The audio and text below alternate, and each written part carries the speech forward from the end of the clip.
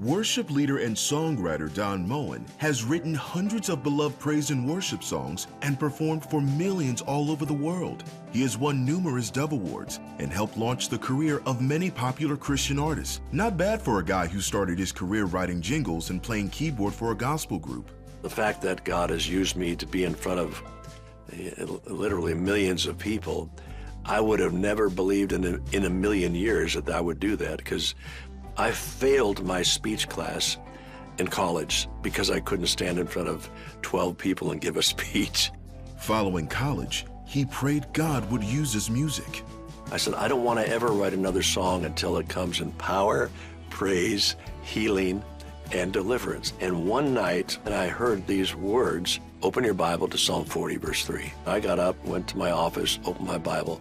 Psalm 40, verse 3 says, I have put a new song in your mouth, a song of praise to our God. Many will see it and fear and put their trust in the Lord. Don set out to follow God's calling, writing praise and worship songs and leading worship. He says it took a while to get used to the idea. I remember the first time I was doing a praise and worship with an evangelist. I was providing the praise and worship music. I was back at the piano. I had put a microphone in front of by the piano just in case I had to give some direction. And at the end of the music portion, I just felt there was something more that should be said or sung. And I pulled the mic up. I took a big chance and put the mic up, and I said, let's all sing that chorus one more time. And I had this little mousy voice, and I was like, I was singing, I exalt thee, I exalt thee, I exalt thee. And amazingly, the people followed me. I think they thought, that poor guy can't sing and he can't play. We better help him out. So that was my illustrious beginning into leading praise and worship. For the next few decades, Don would become a household name in the world of praise and worship music. And now, he's excited to be back in the studio on his first new project in over 10 years. He's on our side. The chorus of He's on our side is, our broken wings, they have not hindered us. We have the Lord. He's on our side. It's from Psalm 124. If it had not been the Lord on our side, where would we be? We would have been swallowed up alive. All the things that you've been through, all the things that our people have gone through, you think, can God ever use me again?